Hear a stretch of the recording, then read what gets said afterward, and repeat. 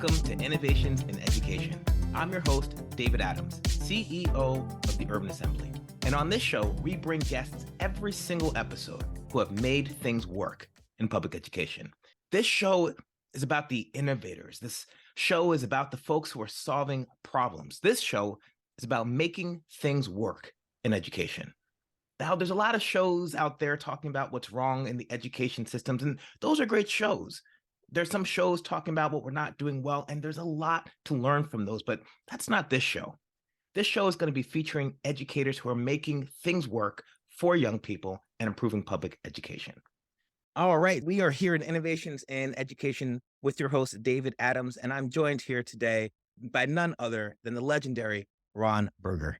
Ron is the Senior Advisor for Teaching and Learning at EL Education, a nonprofit school improvement organization that partners with public schools and districts across America, leads professional learning, and creates open educational resources. He is a well-known keynote speaker nationally and internationally on inspiring a commitment to quality, character, and citizenship in students. Ron is the best-selling author of books like An Ethic of Excellence, A Culture of Quality, and a co-author of Leaders of Their Own Learning, Transformational Literacy, Management in the Active Classroom, Learning That Lasts, and of course, We Are Crew, a teamwork approach to school culture. Ron, you also teach at the Harvard Graduate School of Education, where you did your graduate work, and you founded the website Models of Excellence, which houses the world's largest collection of high-quality student work.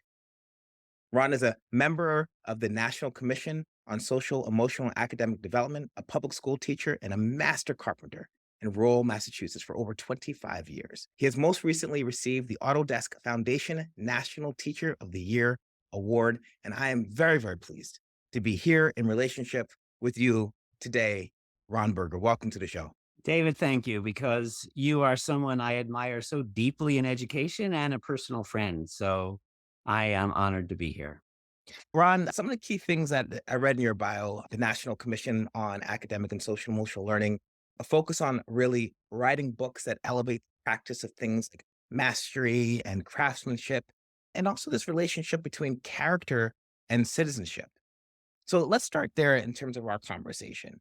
You know that, in fact, my children use one of your books that you have written, and we're so impressed when they knew that actually knew you. And that book was called There's More in Us Than You Know. And every night in our house, we do character education. And you and your wife actually sat with my sons, Elijah and Isaiah, and we went through some of the character traits that we were developing through the analogy that you put together.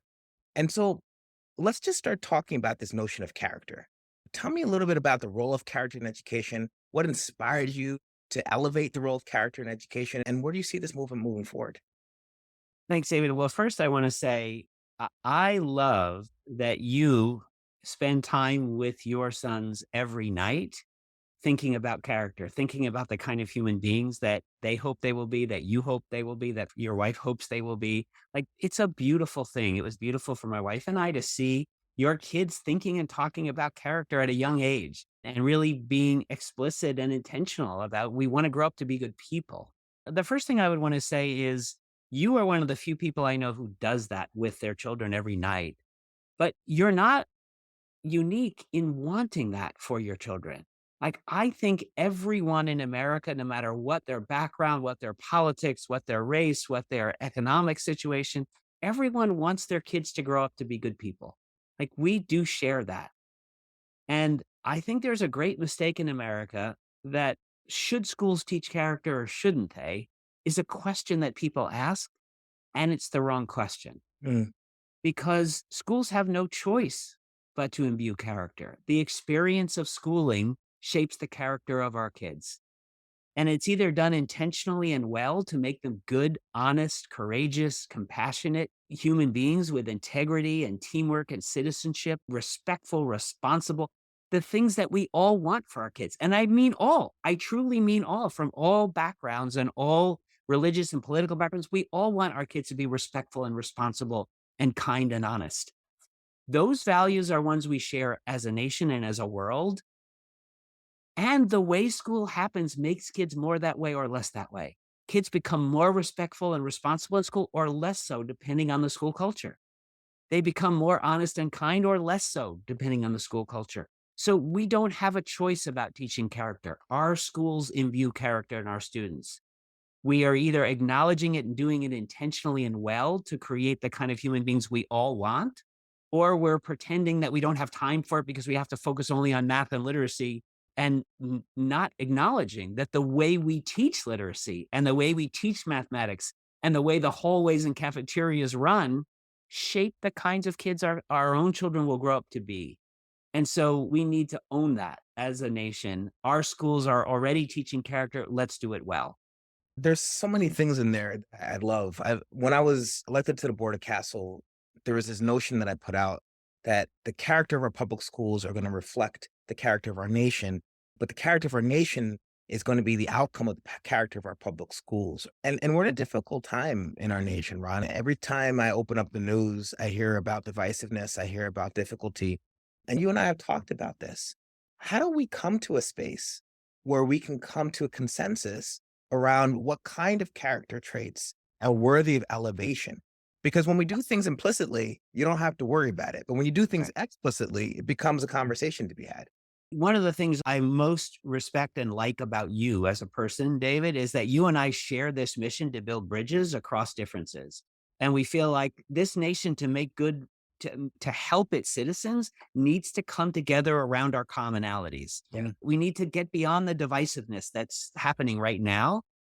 And I think there is more commonality than people want to admit right now because for political reasons, they're trying to elevate the differences. And here's what I mean by that. There are trigger words and there are overlapping words. If you say social emotional learning, if you say character, if you say values connected to education, it will seem controversial and people will get upset. But when I'm in an audience, and it doesn't matter if I'm in Alabama or West Virginia or South Carolina or New York or California, and I'm in all those places speaking. If I say we're going to talk about values, people get worried. Like, well, whose values? Well, well, your values, my Yankee values, Southern values, like white values, black values, like immediately.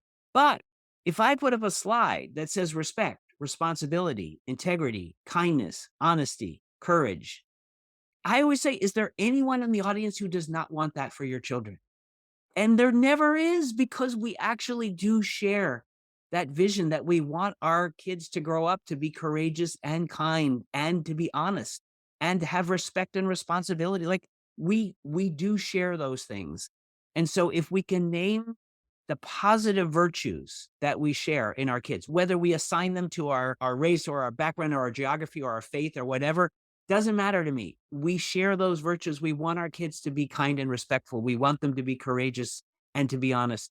If we can talk about those things, I do feel like we all want our kids to be that way. Well, let's take this back, Ron, because I think there's helpful context here. And I'd like you to just talk about the genesis of Outward Bound and EL education and Kurt and how these concepts really became infused. Because I agree with you. I think what we need to do in life is take folks who want to create bridges, take folks who want to create consensus and elevate them.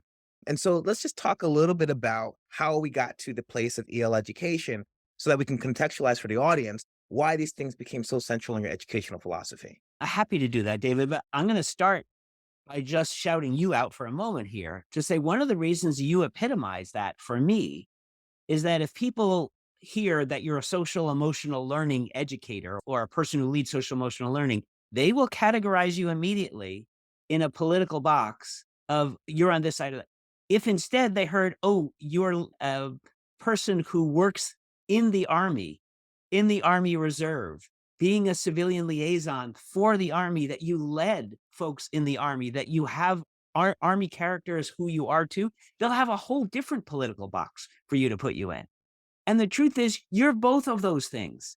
And those things don't have to be in opposition, right? That your military service and your military vision, it's combined with your compassionate SEL vision. Mhm. And so anyway, I'm just shouting you out because I don't know if your listeners know that that's one of the things I admire about you. My organization, we're a nonprofit, very much like Urban Assembly, your nonprofit. We have a very similar vision and kind of work. We've been around for about 30 years.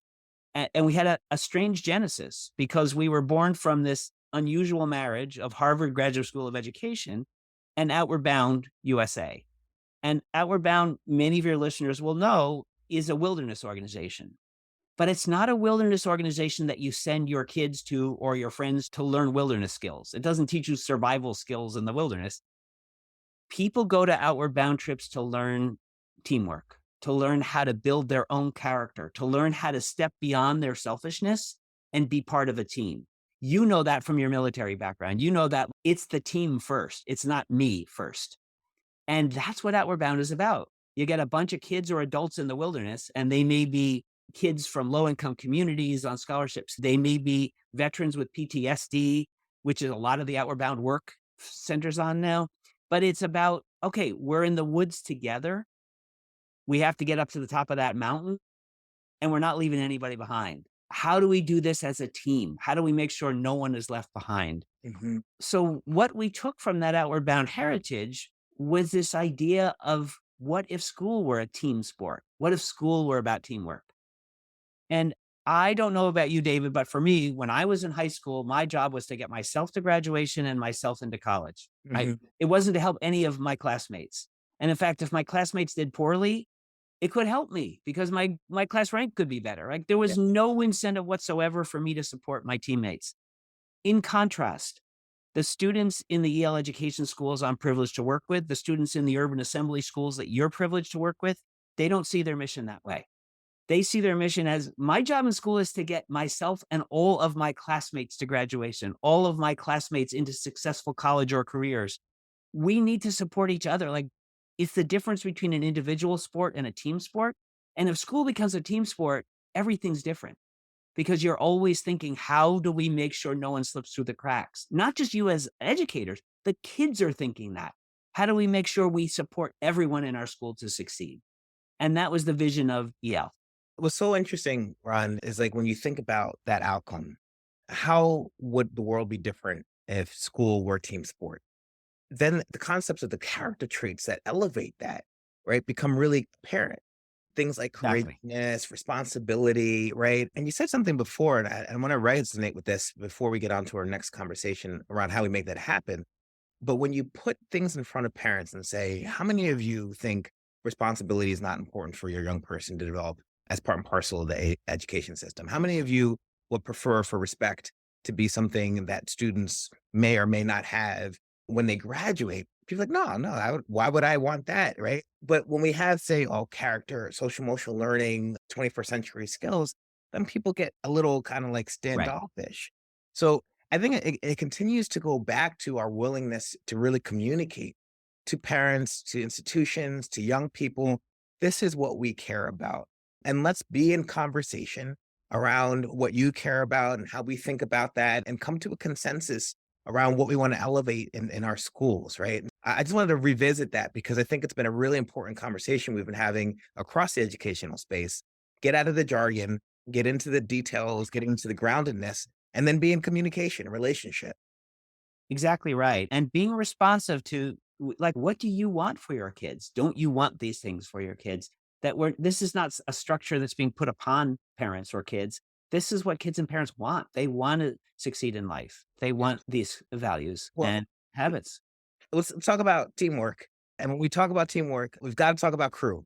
And I know you have a new book out, relatively new now, the most recent book publication from EL Education. It's titled We Are Crew. And I will tell you again, I have gone to schools across New York and across the country, and I've seen your book, We Are Crew, in the shelves where folks are really digging into the concepts of crew, how to elevate the interactions in crew. Tell me about what crew is. I mean, I know we went together on a river and I experienced crew firsthand, but my audience didn't have the experience I did. So tell me a little bit about what crew is, and then maybe we'll talk about what it means to find crew on a river or an army unit or even at your work or your school. Yeah. Well, I'm very proud of the book. My good friend David Adams wrote a great forward to the book. Thank you, David. You're welcome. Eloquent and stirring. Crew is a word that we took from Outward Bound. And the founder of Outward Bound, Kurt Hahn, was a German educator who was jailed by the Nazis, was not killed, fortunately, by the Nazis, was able to flee to England and founded some schools in England where character was just as important as academics because he didn't want more Nazis in the world, right? He wanted people that stood up for what's right in the world. So he founded some schools in England that fused character with academics, which is our vision and your vision at Urban Assembly. And then he also founded Outward Bound as a training program for people to work together in the wilderness, to work to be in tough conditions, challenging conditions with each other to forge that sense of teamwork. And he had a quote: "We are crew, not passengers, strengthened by acts of consequential service to others."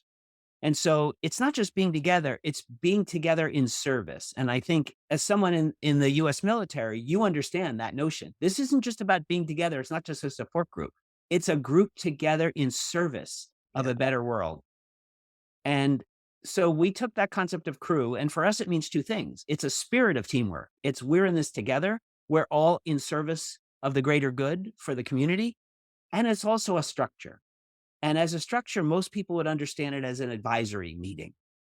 So for secondary students, it's an advisory that happens every day. It's not a once a week, once a month. It's an everyday advisory where you sit with a group that's both a support group and an accountability group to making sure you're growing to be your best person and you're doing well academically. And your crew becomes your family that you meet with every day to keep you on point. In elementary schools, the crew is typically the whole class sitting in a what many people call a morning meeting, but it's a morning meeting that also is deeper, where you don't just go over the day, but you go over your own character growth and your academic growth as a team. And then there's often a closing crew, a closing meeting, or and then crews during the day if you need to resolve things as a group. The structure of crew is a group of students together working to support each other and equally to hold each other accountable to be their best selves. What's so powerful about this, Ron, is this notion of crew as a microcosm of society, right? When folks come together and say, we have a common goal of elevating everybody. You know, you and I have talked about the role of race in American democracy and really thinking about who is the we and we the people in order to form a more perfect union, right? And as American democracy has matured, the we has expanded, right? To include more of our citizens and more of the folks who are part and parcel of the American fabric. And I always imagine this notion when we talk about crew of a we, of a crew that really looks out for all of the people in our nation and how that drives problem solving. Because if you are successful, in fact, I am successful. And then we have some forces that are just like, hey, what we're going to do is try and break down these crews into the smallest elements possible so that we can leverage crews against each other and get what we want. So I guess I just want to dive into this notion of how you envision the American fabric and the role our school systems play in creating a larger we and larger crew that is encompassing all of the folks that live here. Yeah. So let me use a different metaphor than school or military for a moment. Let's imagine that you're whoever your listener is. Let's imagine that you have a teenage child who's in a church group, and the church group is diverse, different racial backgrounds, different gender identities, different sexual orientations, different incomes. They all go to the same church, but it's a real mixed group. And they go away for a week to a Habitat for Humanity program where they're helping to build houses for people that would never have a house otherwise. And those teenagers start working together, not just for their own good, but for the good of other people, like to do something great in the world Yeah. and build bonds across their differences and feel like, oh my God, for the first time, people treated me with respect. They gave me something important to do in life. And I made connections with people that are different than I am. That church experience could transform those kids' lives. That's my vision for this nation. Like, why can't more things be like that? Why can't school be like that? Why can't our workplaces be like that? Like, why can't we join together for common good and tap into the virtuous sides of ourselves? And I think that's the vision of Crew. Yeah. Hard work to get there, but that's the vision that we're trying to bring to Crew. That's a vision that you and I had on the river together, right? Yeah. Like, Let's go to this river. You had talked about the idea of giving me something meaningful to do. And I want to talk about that in a minute when we talk about high quality work and high quality tasks and the yeah, way EL really prides itself in honoring students by giving them quality work to work on. But before we get to there, let's just go back to this notion of what does it mean to be in a relationship, moving towards a common good, and how you illustrate that for folks every single year with your annual retreat on the Colorado River, building actual physical crew amongst educators. Yeah, I mean, part of what builds teamwork is common mission and common challenge, where Yeah. you have to like let go of your own needs because there's some real needs there being met. That's what Outward Bound specializes in. Let's get people into a scary situation where they have to support each other. Hmm. Not unsafe, but scary still. And I was fortunate enough to lead a trip with Outward Bound in Colorado through the rapids on a river for a week. And you were a star on that trip. And you weren't a star because you had a lot of experience navigating rapids. Even though you have army experience, it's not like you were an expert paddler in the middle of scary rapids. You were a star on that trip because of your character, because your military background and your personality made you feel like I'm here to be on the team. When I'm in this boat, we're all working together. We're going to make sure we're all safe. Yeah, we're going to make sure we can set up camp together. We're going to make sure we get through these rapids alive together. And it brings out the best in everyone because everyone's first instinct is take care of myself. That's right. You realize like that's not the way it works. Like nobody wants someone taking care of themselves. We all want everyone working together. The beauty of the week is it's beautiful physically to be out on a river in Colorado in the canyons, but it's also hard. Yeah. Like we were uncomfortable. We were cold. We didn't have Remember, bathrooms. do you remember the mosquito island that we went to? We were Like a dinged by million mosquitoes. mosquitoes. So many mosquitoes we could barely Right. see. Like we Mosquitoes. were in miserable situations. We were Yeah. cold. We were sleeping on the ground. It was hard, but we were in it together. Yeah. And that is a way to supercharge that experience of working together. And once you've bonded on an Outward Bound trip for a week, you're friends for life. There's something about getting through it together that's really beautiful. Like us. I mean, we had some relationship over at the National Commission for Academic and Social Emotional Learning, but where we really came into relationship and community was one of those walks, right? During the river trip and just watching and feeling and being.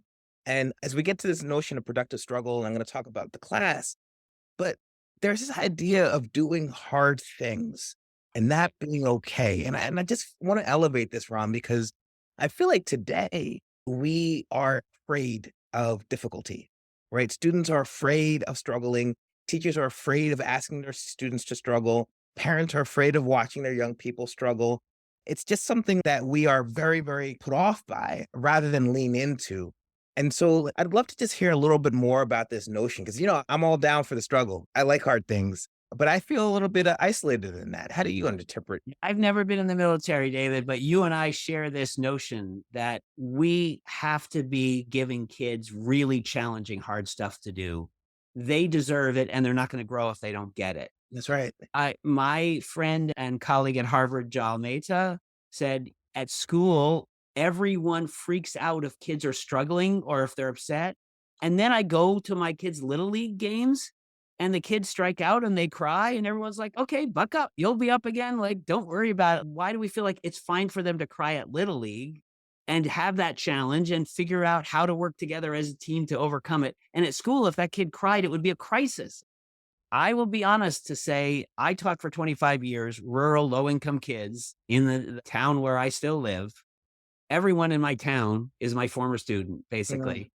And my students cried sometimes because the work felt too hard. And that was okay because they got through it and they did things way beyond what they thought they could possibly do.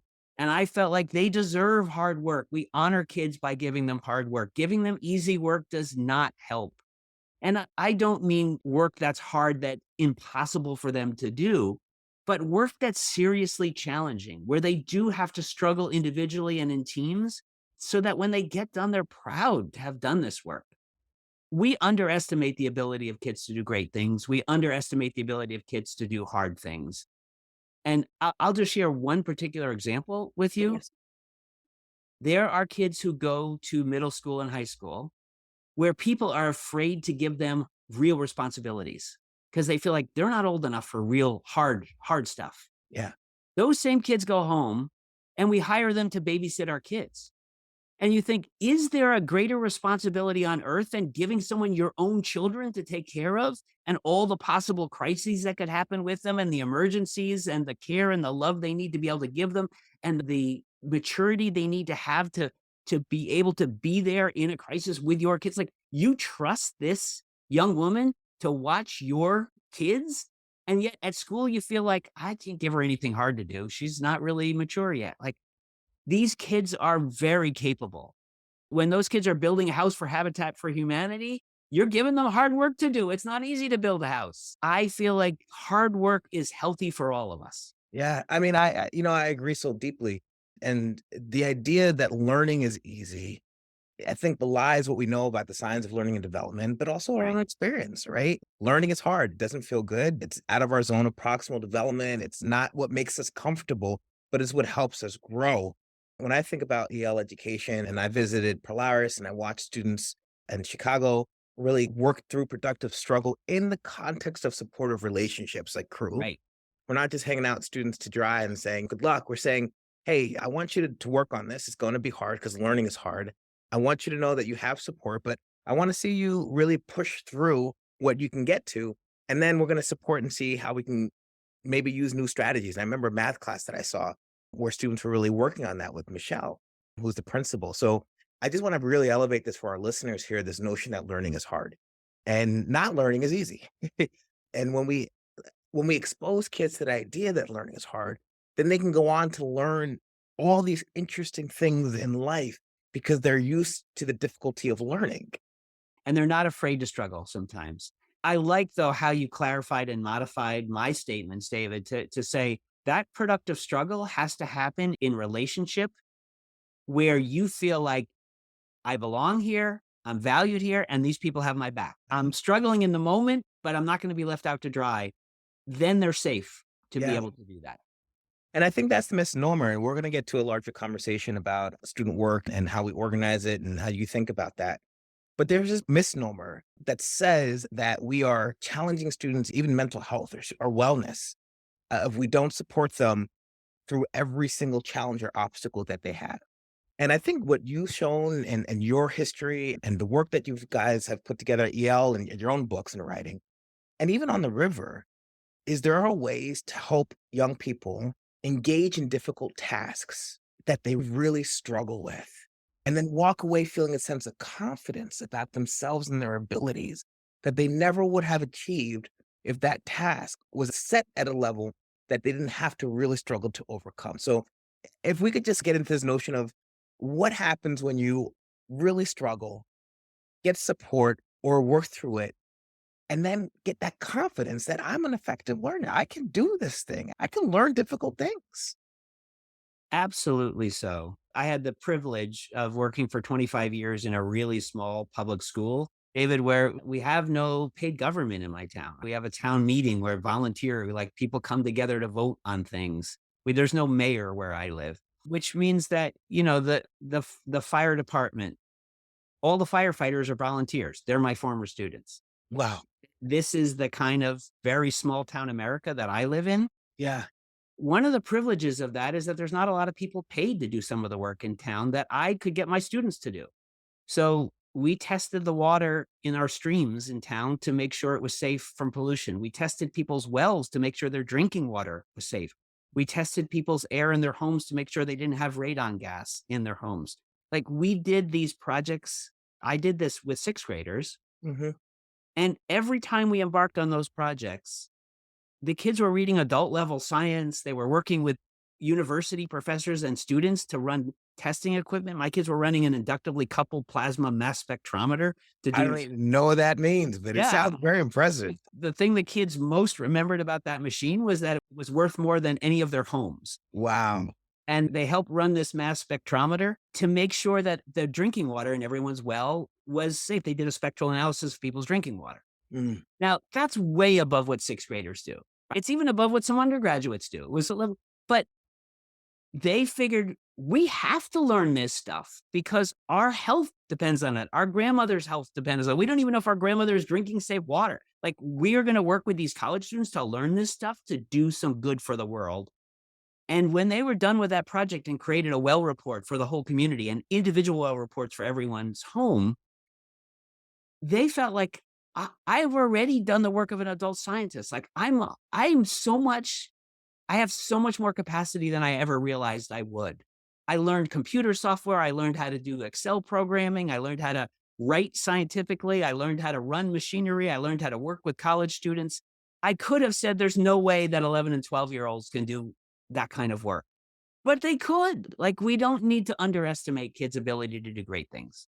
Let's get into this notion of relevant education, because I think you just gave an example of how you take content like science and math and reading and create a project out of it that seems really relevant to young people, put them in a position to work together to solve a problem worth solving, and then has a result of them really reevaluating what they can do in terms of supporting their communities. Tell me about this notion of project-based learning, of relevant tasks. How does that vision reveal itself in the work that EL does and the work that you write about? I think it boils down, David, to this notion of getting smart to do good. I do believe there's a virtuous side in all kids and all of us. In kids, it's easier to get to it sometimes, where they want to contribute. They want to be proud of what they do. Yeah. And if you say to a teenager, you need to study hard because someday you'll make a lot of money doing it. They think, you don't know my neighborhood. You don't know my family. You don't like, I'm not going to get rich doing this stuff. Like, you don't know my parents. You don't know the opportunities. You don't know what I'm up against. I don't trust any of that. And you're talking about 10 years from now. Like, I can't even think about 10 years from now. Yeah. Like, if you instead say, you as a teenager right now can do something that's gonna make your family better and your friends better and your community better right now, not in 10 years, like right now, but we have to do some studying and learning to be able to do that. Right. They feel like, "Oh, all right, I can really do some good right now with what if I learn this stuff, I can actually contribute to my family and my community's well-being right now." It awakens a different side of Yeah. kids, I believe. And let me use a very different example than my rural water example. You visited the Polaris School in Chicago, which is a very different demographic than mine. My demographic is mostly white, rural, low income kids.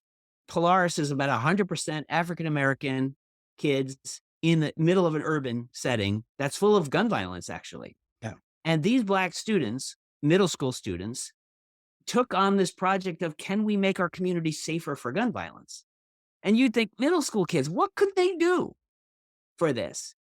And what they did immediately is say, there's people in our community working for peace, working to end gun violence, working to make our community safer.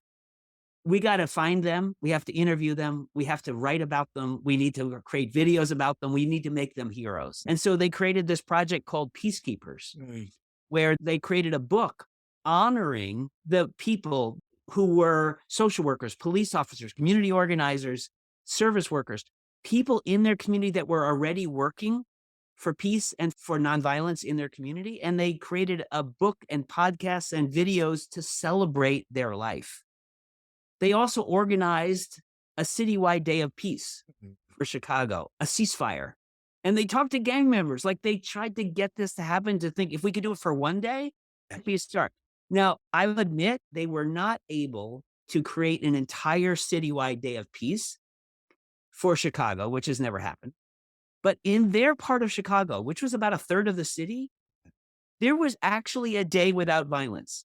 Yeah. Like, going door to door and organizing churches and social groups and gangs and everyone, they were able to create an environment in their city where at least a third of Chicago had a nonviolent day.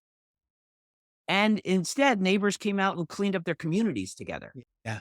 So, can you think of something more powerful than being 13 years old and thinking, I'm working to actually save the lives of people in my community? No. No wonder I'm going to study my history. No wonder I'm going to make sure my writing is good and my reading is good and my skills are good, because the academic skills I'm learning are going to be put in service of something really important.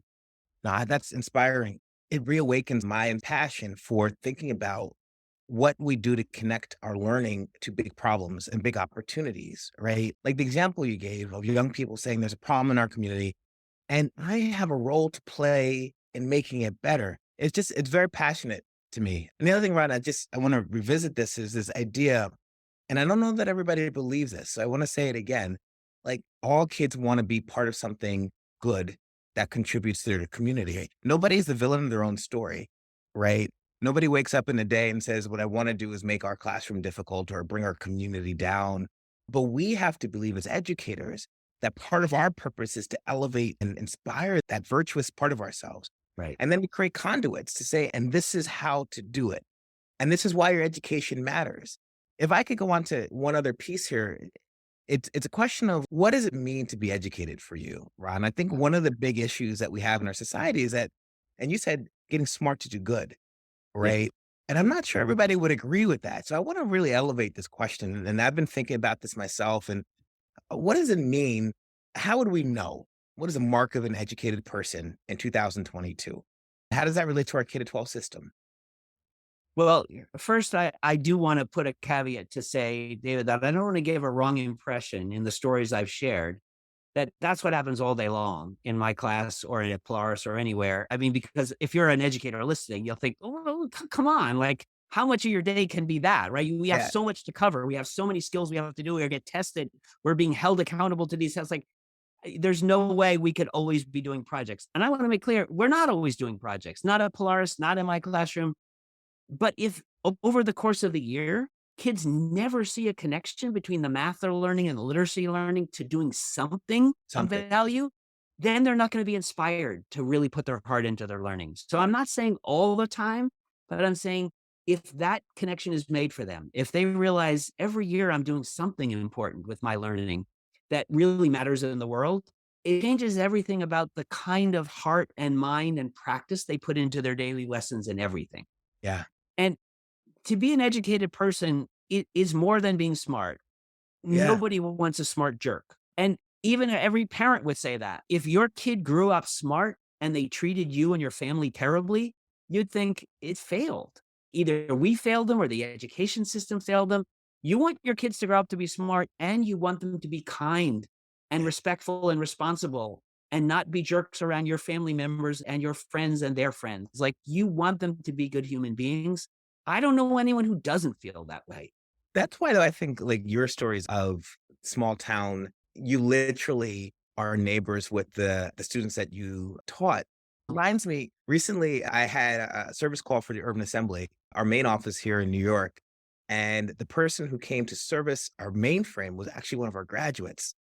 And it really kind of really made it clear to me, if it wasn't clear to me before, but made it re-clear as it were, we are literally bringing up the generation of young people who are our neighbors, our wives, our husbands, our daughters. When we educate a person, and I think this is a quote from There's More in Us Than We Know, right?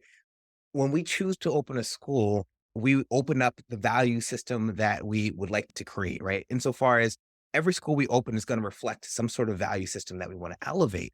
And when we see young people who are walking down the street and say, this is a young person that came out of my classroom, that came out of an urban assembly school, who's being married, who has a job. What does he remember about that school? What did we teach them? What kind of people did we help create? And I'm really resonant with that because I have a vision around what it means to be educated around. And it's similar to you, is a young person who's able and willing to contribute positively to society, right? Through our skills, through our people, but just that notion. You and I are on the same page on this, David. And the proposal that started EL education, the opening line of that proposal by an educator named Tom James is to start a school is to proclaim what it means to be a human being. Your school has to embody the values that you hope a person will be. And an easy way for me to frame that is if I call 911 in my town, who shows up? In my town, it's all my former students. Yeah. If I have a crisis, a medical crisis, other kind of crisis at my home, and I call 911, it's my former students showing up. What do you care about? Who do you want those people to be that show up at your door?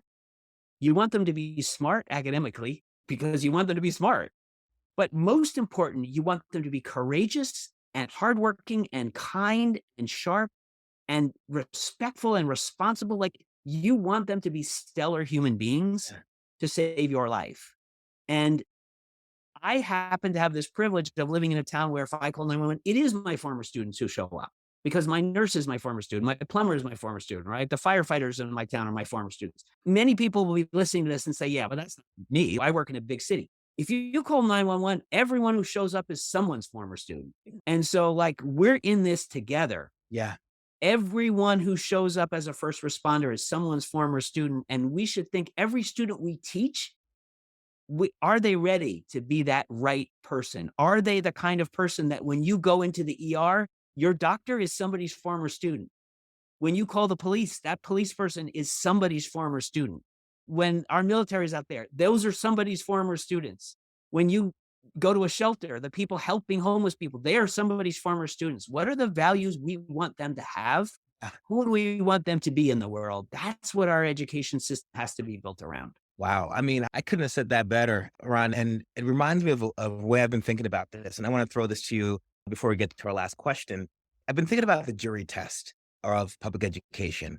And I was thinking, what we really want, one of the things we want in our public education system is a person who can sit on a jury and we can trust that jury to stand in judgment of our peers. And I've been looking about this, Ron, and it turns out that Americans have the most jury trials out of any other nation in the world. We're like particularly invested in this notion that a jury of our peers can pass judgment. Now, the negative example, but when you think about this, you got to work together in collaboration with your jurors. Right. You got to be able to listen and take perspective. You got to be able to analyze facts and information, right? Somebody's going to throw out some things to you, and you have to have a refined system of thinking that can identify error in thinking of others and yourself. And lastly, you have to have a sense of character. You have the sense of moral justice. What's right? What's wrong for a community? And how does this person in this trial represent that for the larger space? And not just for my community, but for the community writ large. So I've been thinking about this for a little bit. And I wanted to just throw this out to you, Ron, given that we're in this conversation today. How do you feel about the jury test? We got the EMS test. We have the jury test. How do you resonate with the jury test as a understanding of what we do in public education? It's a great example. If any of your listeners have been at jury duty, there's something incredibly patriotic to me about showing up for jury duty. Yeah. Like, it's a powerful thing to think all these people from all these different walks of life, but we're in this together. Yeah. And we have to bring out the best in ourselves in that. And we hope that other people will bring out the best in themselves. Like, it's a great example of the kinds of parts of our democracy that we have to protect. And when we're thinking about it, I think in the similar ways you're talking about the EMS, you want to trust. I mean, you're out here, Yes. maybe you did something wrong, great. Maybe you're being tried unjustly, or maybe you're not. But you want to trust that those people who are sitting out there were educated in a way that will create justice for you and the larger space. If we probe deeper on that with students, it's important to look at juries that didn't do this Right. for justice, right? The juries in the Emmett Till trial, let's Right. just mention, like, there is histories of juries not being their best selves. And it's important for us to look at what prevented them from being their best selves in that. And how do we not have that happen again? And that's where I think the smart and good come through, right? Is the we, and who is the we, and the we the people. Right. And who are we trying to solve for when we think about justice? In the case of what it means to be educated, I think we're going to continue to be in conversation with each other and the larger public space and make sure that we understand the whole outcome of our K to 12 space, right? Because as you said, every person in society is somebody's student. And if we can imbibe that and get over the conversations of segregation, because I think one of the things that stops us is our segregation in society. We don't really see these as our students. We see this somebody else's problem, or somebody else's neighborhood, right? But if we imagine that each of these young people would live in our neighborhoods and contribute to our communities, I think it creates a different sense of urgency around who they are and what it means to graduate from our spaces. Exactly. Because we want the best for our kids, meaning our own children. The more that when we say the phrase our kids, the more people we can pull into, like, our nation's kids Yeah. think that way about them. We should want the best for everyone. Yeah. The more all of our nation's kids do and become good human beings, the more we all benefit from it. That's going to lead us to our last question here today. So, the title of this podcast is called Innovations in Education. So I'm going to ask you the question that I ask all of my guests, focused on innovation. And what's one innovation that you're the most proud of in your career? Well, it would be hard for me to say this is an innovation because it's not something I invented, but I would say it is something that my embrace of has helped spread around the world. For all the speaking I've done, for all the books I've written, and for all the work with incredible people like you that I get to do, what people know me in the world is this 5-minute video called Austin's Butterfly that has been viewed millions and millions of times. And when I travel, people will say, "Oh, you're the butterfly guy," or "Do I know you from somewhere?" And I'll say, "Is it a butterfly video?" And they're like, "Oh yeah, that's how I know you. I Yeah. use that video with my kids every year or in my college classes."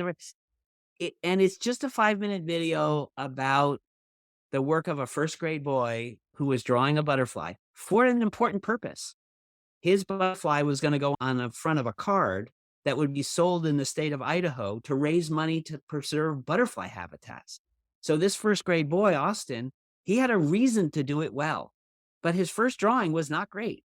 It was fine for a first grader, but it didn't look like a tiger swallowtail. And then he got critique from his friends and did a second draft. And then he got critique from his friends and did a third draft, and then a fourth draft. And his sixth draft is amazing. Yeah. And so the 5-minute video is just seeing how having a real purpose to your work and being willing to try hard and get critique from peers. If you're willing to iterate and keep revising your work, you can do great things. It didn't start out amazing, but it ended up amazing. And so it's a metaphor for so much of what we do in education. And I'm appreciative that in my almost 50-year career in education, if that's the only thing that lasted, I'd still feel very gratified because when people come up to me and they say, "Oh, because of that video, my kids are trying harder. They're doing more drafts of their work. They're doing their writing. They're doing second and third drafts of their writing, and they're more proud of it. They're working harder. Their work is higher quality. They have a sense of craftsmanship that they didn't used to have." That's the thing I'm most proud to have. I didn't invent it, but at least I'm sharing that passion. Well, Ron, I will tell you that I certainly have reinvigorated my sense of purpose from this conversation here today. I want to thank you so much for coming on our show, Innovations in Education. I want to thank our audience for being out there. And I want to thank you one more time for the work that you do on behalf of public education across the world and in ensuring that young people grow up with a sense of purpose, with a sense of who they want to be in the world, and a sense of being crew, not passengers. David, I hope you and I get to collaborate a lot more. I am such a fan of your work, and I hope this podcast is a sensation. Thank you. Thanks for listening to our latest episode of Innovations in Education, where we bring education leaders who have made things work in the education sector. If you like this episode, please subscribe so that you can hear more great content around innovations in education. I've been your host, David Adams. Have a great day.